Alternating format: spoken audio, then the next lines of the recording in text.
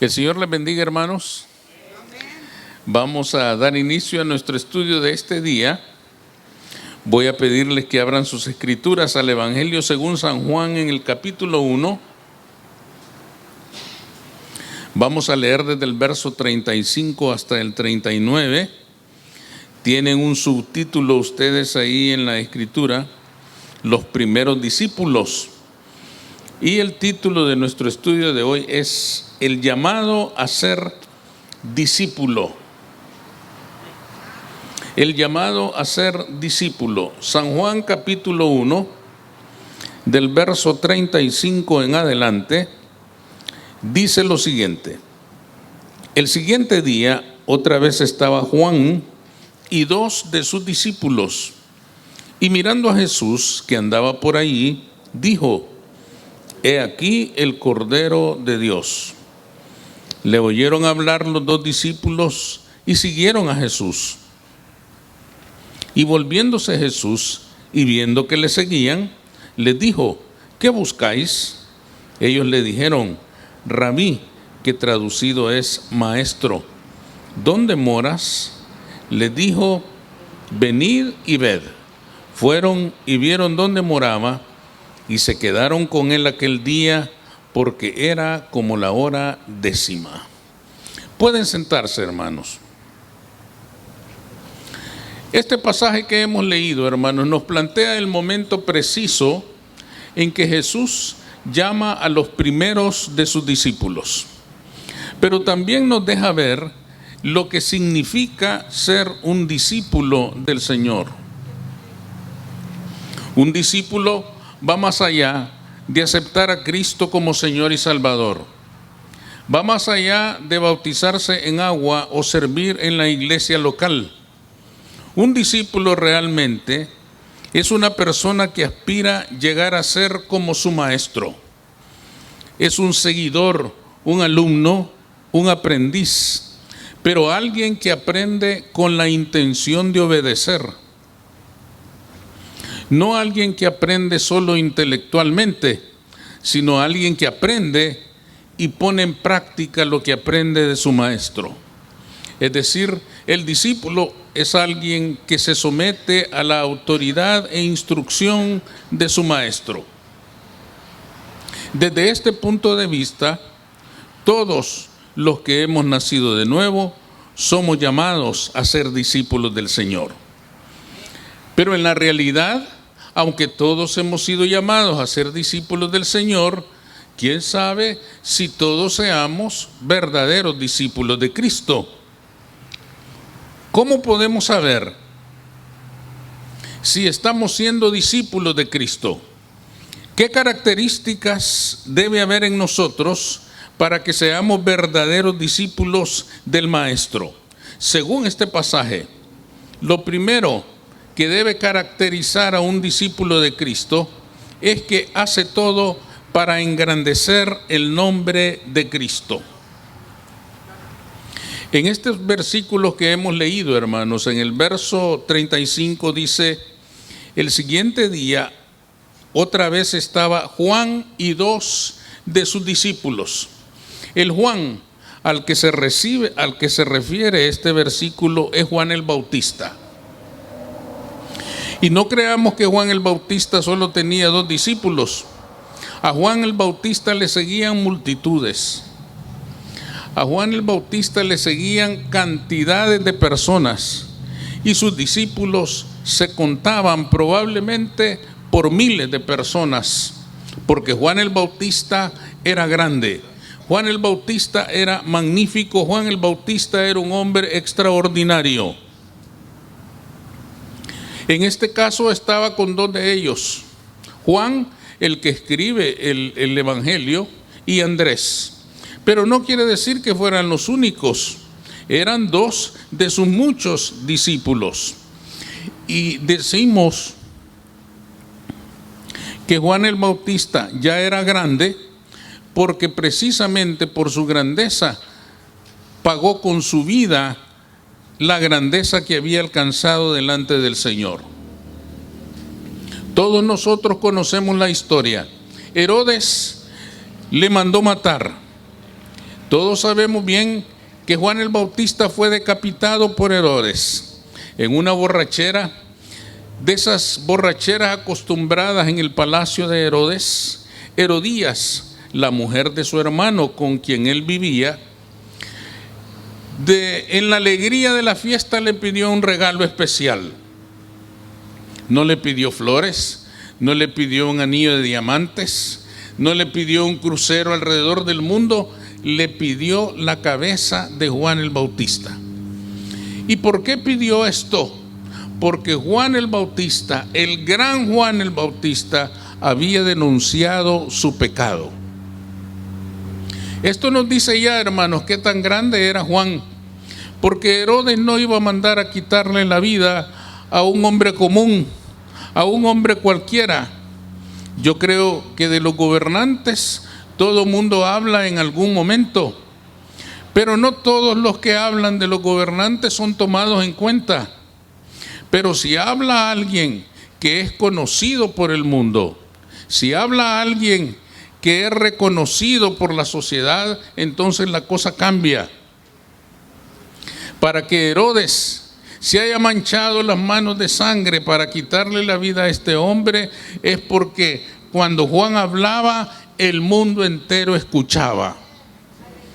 Cuando Juan hablaba, el mundo entero se daba cuenta de lo que había dicho, porque él era el hombre que estaba en la cumbre. Él era el hombre, el gran líder de aquel tiempo, en aquel momento en que va a aparecer el Señor Jesús. Si Juan hubiera sido un hombre cualquiera, probablemente no le hubiera acontecido nada. Pero era Juan el Bautista y eso le costó la vida. Un rey no se sentiría atacado por un hombre común, pero se sintió fieramente atacado cuando le dijeron: Juan el Bautista está hablando de que vives en pecado. Y entonces mandó quitarle la vida. Pero fíjense ustedes bien en la verdadera grandeza de Juan el Bautista. La verdadera grandeza de Juan el Bautista no está en su fama. La verdadera grandeza de Juan el Bautista no está en la admiración de las multitudes. La grandeza de Juan el Bautista se encuentra en el verso 36. Y mirando a Jesús que andaba por allí, dijo: he aquí el Cordero de Dios. Le oyeron hablar los dos discípulos y siguieron a Jesús. Esta es la verdadera grandeza. ¿A qué nos referimos? Cuando Juan ve venir a Jesús, dice: he aquí el Cordero de Dios. Y sus discípulos siguieron a Jesús. Automáticamente aquellos dos discípulos de Juan, de entre los muchos que él tenía, siguieron a Jesús. ¿Qué nos indica esto? Que Juan el Bautista había enseñado a sus discípulos. Juan el Bautista había instruido a sus discípulos. Todo el esfuerzo que estamos haciendo es para que cuando aparezca el Mesías, le sigamos todos. Y en aquel momento se cumplió. Juan el Bautista era tan grande, hermanos, que no se puso a pensar: me va a quitar mi liderazgo. No se puso a pensar: mis discípulos van a ir detrás de él y me voy a quedar solo. No se puso a pensar: yo voy a pasar de moda y él va a ser el hombre de moda. Él va a ser el famoso, él va a ser la celebridad y yo voy a quedar en el olvido. Ninguna de esas cosas apareció en el corazón magnífico de Juan el Bautista. Lo único que había en su corazón era la certeza de que seguir a Jesucristo era la única esperanza del mundo. Y él había venido para anunciar la llegada de aquel hombre, para que cuando apareciera todo el mundo lo siguiera, porque él era el camino, la verdad y la vida. Esa era la verdadera grandeza de Juan el Bautista. Ahí demostró él que verdaderamente merecía estar en la cima del mundo. ¿Qué nos dice esto a nosotros, hermanos?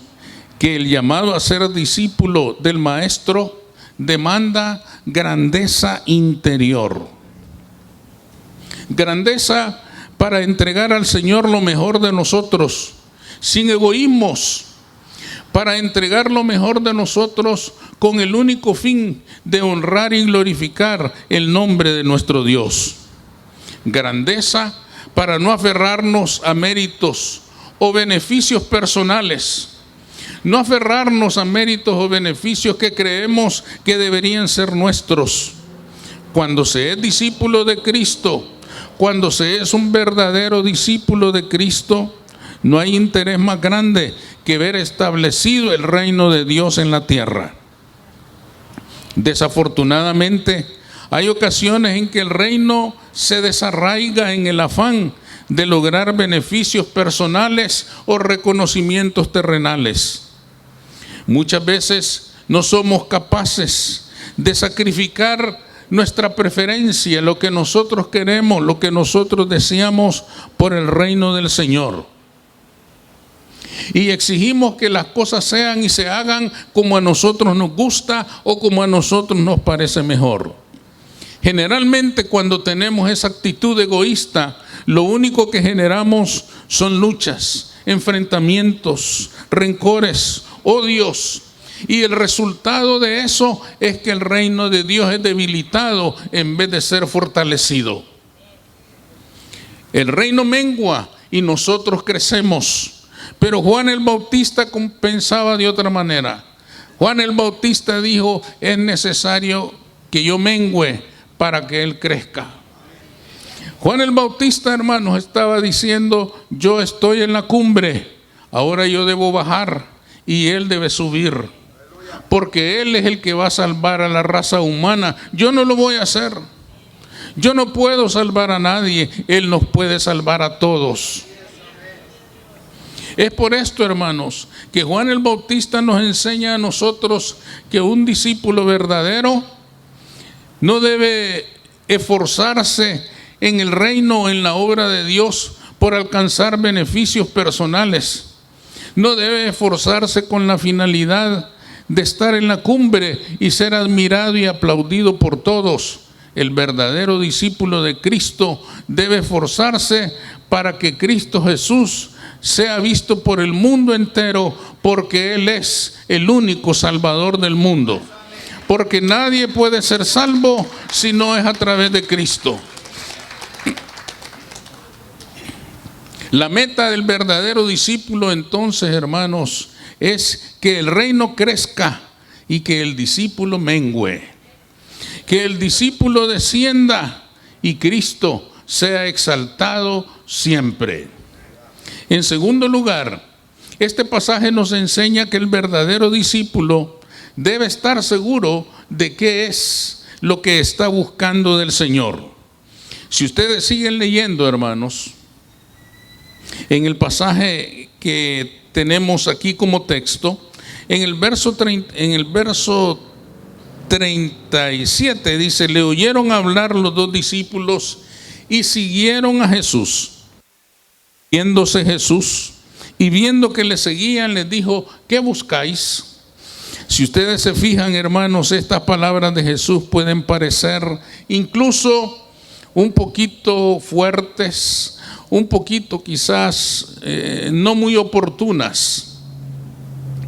Porque inmediatamente que Juan les dice a sus discípulos: he aquí el Cordero de Dios, ellos comienzan a seguirle. Fíjense bien de nuevo en la grandeza de Juan. En el acto, los dos discípulos dejaron a Juan como diciendo: bueno, tú ya terminaste, ahora es Él al que vamos a seguir. Y comenzaron a seguirlo. Comenzaron a seguirlo sin decir ninguna palabra. Y el Señor entonces se detiene hacia ellos que le siguen y les dice: ¿y ustedes qué quieren? En vez de decirles: bienvenidos, gracias porque están, les dice: ¿y qué buscan ustedes? Parece, hermanos, que esta pregunta fuera un poco despectiva. Parece que fuera de parte de Jesús un trato un poco fuerte e inoportuno. Pero ¿qué es lo que realmente busca esta actitud de Jesús? Él les pregunta qué buscan para que ellos estén seguros, para que piensen y reflexionen Si me van a seguir, ¿qué es lo que andan buscando? Si me van a seguir, ¿están seguros de qué es lo que quieren? Y fíjense, sigan leyendo ustedes. Y los discípulos, en vez de responderle, le lanzan otra pregunta. ¿Dónde moras? Y quiere decir, ¿dónde vives? Y el Señor les dice, vengan y vean. Y se van con él. ¿Cuál era el propósito de todo esto? Los discípulos le dicen, ¿dónde vives? ¿Dónde estás establecido tú? Y el Señor los habrá llevado, hermanos, seguramente a un lugar muy sencillo, a un lugar muy humilde. Acuérdense que los evangelios dicen que las zorras tienen guaridas, pero el Hijo del Hombre no tiene donde recostar su cabeza. No lo llevó entonces, hermanos, a una casa maravillosa, llena de abundancia, de lujos, preciosa, con jacuzzi y todo. No, los habrá llevado a un lugar sencillo, a un lugar simple, y les dijo, aquí vivo yo. Esta es mi realidad. Jesús no los quería engañar. Jesús quería que supieran desde el primer momento en que le siguieron que Él no les estaba ofreciendo glorias humanas, que su reino no era comida ni bebida, que Él no les estaba ofreciendo un paraíso terrenal. Él les estaba ofreciendo un reino espiritual. Quería que supieran sus discípulos que si le seguían, no esperaran una vida de comodidades, de riquezas, de abundancia, de placeres, de satisfacciones materiales. No quiere decir que no las podían tener. Es posible que sí, pero no es eso lo que esencialmente el Señor les estaba ofreciendo. El Señor les estaba ofreciendo la riqueza que desciende cuando Dios abre las ventanas de los cielos y abunda en la vida de aquellos que le siguen, porque tienen claro que quieren servirle al Rey de Reyes y Señor de Señores. Una vez que Él los llevó al lugar en donde Él vivía y les mostró su realidad, les dijo, si están de acuerdo, adelante. Si están de acuerdo, ustedes son mis primeros discípulos. Si están de acuerdo, vamos a luchar juntos para establecer el reino de Dios en este mundo. Quiere decir que los discípulos, al mirar aquella realidad de Jesús, tuvieron que tomar una decisión. ¿Nos quedamos sabiendo lo que nos espera o nos vamos mejor porque esto va a estar muy duro? Era una decisión que ellos tenían que tomar y la tomaron. Habían tomado la decisión correcta y siguieron a Jesús, convirtiéndose en sus primeros discípulos. Todos somos llamados al discipulado. Todos hemos sido llamados a dejarnos formar cada día en la presencia de nuestro Maestro, Cristo Jesús. Pero no siempre nos damos cuenta, hermanos, de que el discipulado significa seguir a Jesús, cueste lo que cueste. A veces no permanecemos porque no estamos seguros de qué es lo que buscamos en el Señor. Nos confundimos y empezamos a buscar solamente bendiciones materiales que pueden venir del Señor, que vienen del Señor. Nosotros todos aquí estamos bendecidos. Dios nos bendice. Hay abundancia en nuestras vidas, aún en medio de un mundo que está en una gran crisis. Pero Dios sigue cuidando de nosotros. Dios nos sigue bendiciendo. Por supuesto que hay bendición. Por supuesto que hay abundancia de parte de Dios. Pero para el discípulo eso no es lo más importante. Lo más importante es la bendición espiritual. Porque todos sabemos que de poco le servirá al ser humano la abundancia material si interiormente vive en la miseria. Si se es pobre interiormente, no se puede disfrutar de la riqueza material. Porque de nada sirve tener todo el dinero del mundo si no se tiene paz. De nada sirve tener la mesa más abundante si no tenemos ni siquiera hambre por tantas cosas que nos afligen, por tantas cosas que nos preocupan.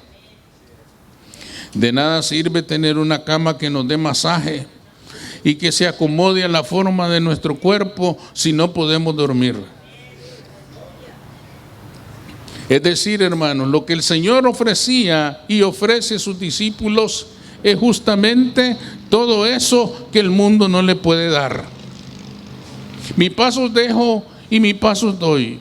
Yo no la doy como el mundo la da, sino como yo la doy. Es decir, una paz que sobrepasa todo entendimiento y que solo se puede alcanzar si viene de la mano de Jesucristo. El Señor quiere asegurarse de que todo discípulo sepa que aunque la bendición material va a llegar a su vida, lo más importante es que alcance la bendición espiritual. Pero a veces nos confundimos y creemos que seguimos al Señor solamente para que nos bendiga espiritualmente.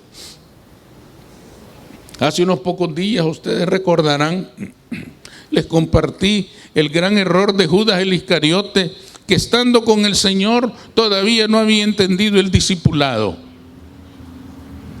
Cada día el Señor les enseñaba algo nuevo y se los enseñaba de una manera práctica. Y una mañana les dijo a los 12, agarre cada uno una piedra y la va cargando mientras caminamos. Y Judas, que siempre era el más listo de todos, según él, agarró una piedra pequeñita y se le echó en la bolsa.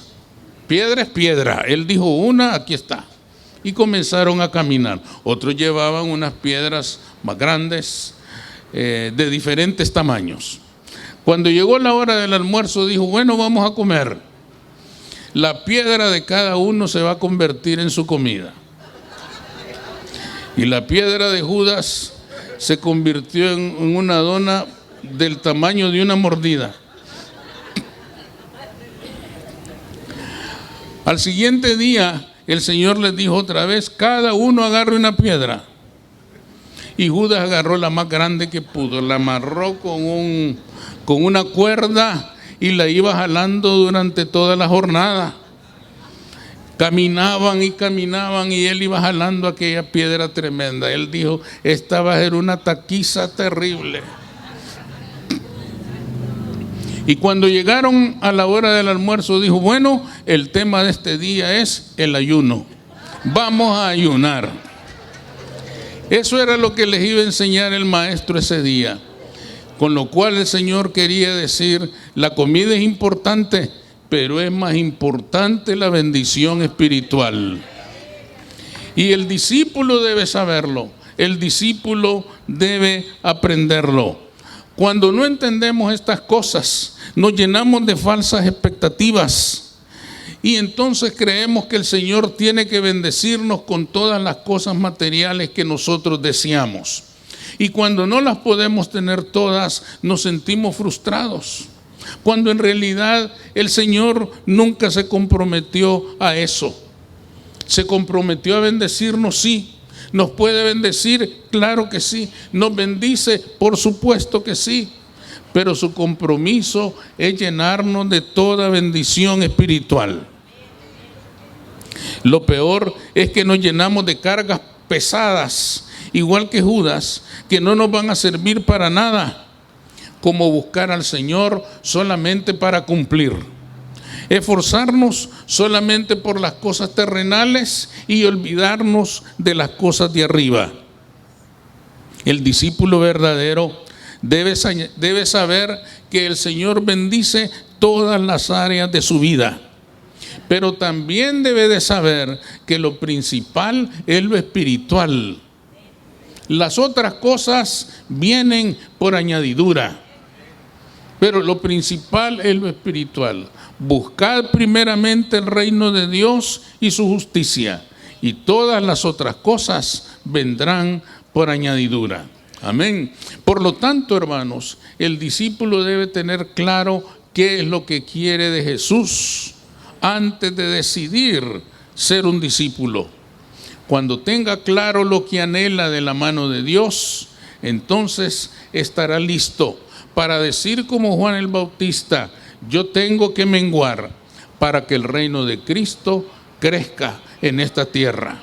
Y entonces vamos a ser los discípulos que el Señor espera de cada uno de nosotros. Vamos a orar. Señor, te damos gracias, Cristo, en esta mañana bendecimos tu nombre. Gracias, mi Señor, porque ciertamente tú, mi Dios, nos has llamado a todos para que seamos discípulos tuyos. Tú, Señor, nos has llamado a todos para que te sigamos a lo largo de nuestra vida y podamos encontrar en ti el modelo que debemos alcanzar, que debemos desarrollar, que debemos seguir en nuestra vida. Ayúdanos, Señor, para que estemos seguros de qué es lo que buscamos cuando te servimos a ti, qué es lo que buscamos cuando somos tus discípulos. Ayúdanos, Señor, para que todo lo que hagamos sea para engrandecer tu nombre sobre todas las cosas. Ayúdanos, Señor, para que entendamos que nosotros debemos de menguar para que tu reino crezca en esta tierra. Y tú, Señor, derramarás todas las bendiciones que vienen de lo alto y también nos seguirás bendiciendo en nuestra vida material como lo has hecho hasta el día de hoy. Gracias, Señor, por ser nuestro Maestro. Gracias por ser el hombre, el Dios, a través del cual vamos a modelar nuestra vida para que cada día nos parezcamos más a ti y de esa manera podamos contribuir al crecimiento de tu reino en esta tierra. En tu nombre, Cristo Jesús. Amén.